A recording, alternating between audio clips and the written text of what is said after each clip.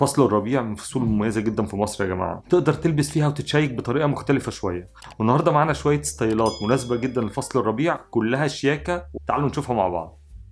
السلام عليكم، ازيكم يا شباب، عاملين ايه؟ معاكم احمد السويسي، والنهارده فيديو جديد. ولو انت مش متابعني على الانستجرام روح اعمل فولو دلوقتي.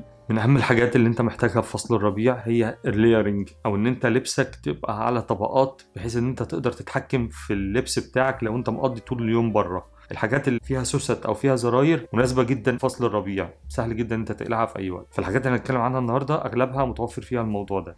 اول حاجه معانا النهارده هو البافر جيلي او الفيست، والفيست ده من الحاجات المميزه جدا، ولازم نعرف ايه ممكن يتنسق معاها علشان نبان بشكل وستايل جامد في نفس الوقت. انا شخصيا بحبه على حاجات ريجولار فيت اكتر، مش بحبه يبقى اوفر سايزد قوي. ممكن تلبسه مع بنطلون سليم فيت، بس بلاش السكيني يا جماعه، السكيني فيت ده مرفوض خلاص جدا، يعني شكلا وموضوعا. السليم فيت شيك وستايل في نفس الوقت، مش موضه وهتروح، ده هو ده الستاندرد، ده هو اللي مكمل معاك على طول. خلي ليك ستايلك وليك الكاركتر بتاعك وليك اللبس بتاعك اللي هو الثابت اللي ما بتغيروش. عايز بقى تدخل في الحاجات الترندي وتجرب حاجه جديده، جرب الحاجات الريلاكسد فيت شويه. وانا بفضل دايما البنطلونات السليم فيت او الريجولار فيت اللي هي ستاندرد، مش واسعه قوي ولا ضيقه قوي، دي مكمله معاك على طول. ومش خساره ان انت تستثمر في بنطلون من البنطلونات السليم فيت الكويسه او الريجولار فيت الكويسه. ممكن تلبس تحتيه قميص ساده اوكسفورد، هيبقى حلو جدا. وممكن كمان تلبس تحتيه قميص كراهات، هيبقى حلو قوي برضو حسب الطقم اللي انت عامله. والميزه فيه لو انت رفيع بيديلك عرض في الجسم من فوق، ودي حاجه مطلوبه للناس اللي جسمها نحيف شويه، محتاجه تعرض من فوق،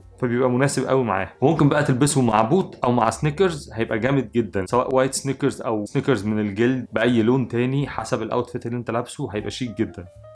تاني حاجة مناسبة جدا معانا في فصل الربيع هو الشيرت جاكيت او الاوفر شيرت، له اسماء كتيرة قوي. هو زي ما تشوفوا انت حاطط لكم على السكرين هنا، مناسب قوي لفصل الربيع، لان انت بتقدر تلبسه لوحده او تلبس تحتيه بيزك ابيض، بيبقى شيك قوي ومناسب للجو. انسب حاجات تلبسها معايا ممكن تلبسها مع الجينز الريجولار فيت، وممكن تلبسه مع السويت بانس، عندك اختيارات كتيره قوي. وبالنسبه للشوز ممكن البوت وممكن السنيكرز لو انت لابسه بستايل كاجوال شويه ستايلات هنا تقدر تعملها عليه، هتبقى شكلها جامد جدا. ولو حابب اي اختيارات مشابهه للقطع اللي موجوده في الفيديو، انتوا عارفين ان انا مؤخرا بشتغل مع موقع ديفاكتو، بصراحه بيقدموا حاجه مميزه جدا مناسبه جدا للفتره اللي احنا فيها في مصر اللي بنمر بيها دي من ارتفاع الاسعار. فان براند عالمي يقدم لنا منتجات بالاسعار دي بالكواليتي دي، فهي قيمه مقابل سعر جدا، وانا سعيد جدا بالتعاون معاهم مؤخرا. هسيب لكم الكود الخصم بتاعي في الوصف، وبعض اللينكات ببعض القطع اللي انا شخصيا اشتريتها كمان مميزه جدا من عندهم، زي الدينم جاكيت ده من الحاجات المميزه جدا اللي جبتها بسعر كويس مقارنه ببراندات تانية كتير. سيب لك تحت لينك الموقع، وكل الخصم بتاعي لو استخدمته هتاخد 10% على اي حاجه موجوده عندهم على الويب سايت، حتى لو الحاجه دي عليها خصم. تالت اجمد حاجه معانا النهارده هو البيسبول جاكيت، بسيط وشيك جدا ومن الحاجات اللي تنفع في اي وقت، وخاصه مؤخرا كمان بقاله سنتين كده وترندي قوي. ببساطه تخليك تلبسه مع اي حاجه، وتنسيقه سهل جدا. ممكن تلبسه مع الجينز، ممكن تلبسه مع شورت، ممكن تلبسه مع سويت بانس، هيبقى حلو قوي. ممكن تلبسه مع التشينو برضه، هيبقى جامد جدا. واي شوز هتلبسه معاها هيبقى جامد قوي معاه. ممكن تلبسه مع البوت مع السنيكرز، هيبقى جامد جدا وفي الشياكه معلم. رابع حاجة معانا في الحاجات المميزة لفصل الربيع السنة دي هو الدينم جاكيت. الدينم جاكيت يا جماعة حاجة تايمليس، وحاجة شغالة معاك العمر كله، ما بتروحش عليها الموضة ولا بتبطل، شغالة على طول الوقت. وأغلب ألوانه كمان ما بتبطلش، مش خسارة ان يكون عندك الالوان بتاعته الاساسيه، سواء الازرق فاتح والغامق. انا مؤخرا كملت الكوليكشن بتاعي وجبت الاسود وجبت اللون الفاتح قوي، جبت الوان ما كانتش موجوده عندي من الدينم جاكيت.